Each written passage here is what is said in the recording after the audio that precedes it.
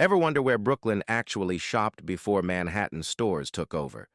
Follow to see downtown Brooklyn when it was our mall, because Fulton Street Mall was the shopping destination where everyone from Brooklyn went for clothing and electronics and jewelry and food, and if you remember the 80s and 90s, you know that Fulton Street meant A&S Department Store and Albee Square Mall and street vendors and the energy of thousands of people shopping on one pedestrian strip. Tell me if you remember Fulton Street Mall before City Point, because this was Brooklyn's shopping heart. Fulton Street became a pedestrian mall in the early 80s, closing the street to cars and creating a walking shopping corridor that stretched from Flatbush Avenue to Adams Street, and the idea was to make downtown Brooklyn a destination that could compete with Manhattan without people having to cross the bridge. A&S Department Store anchored the whole strip. Abraham and Straus, the legendary Brooklyn department store that had been there since 1865, and shopping at A&S meant you were shopping at a Brooklyn institution that locals were proud of.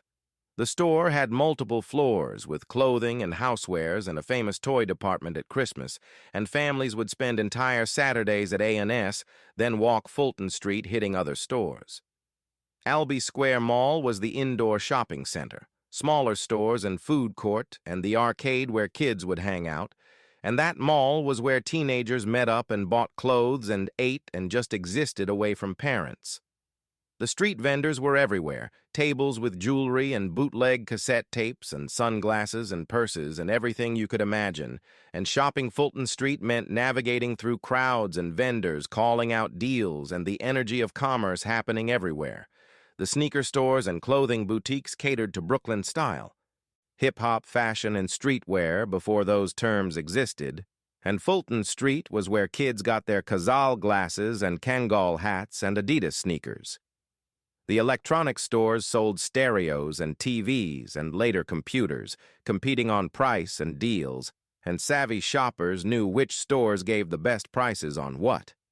The diversity was real.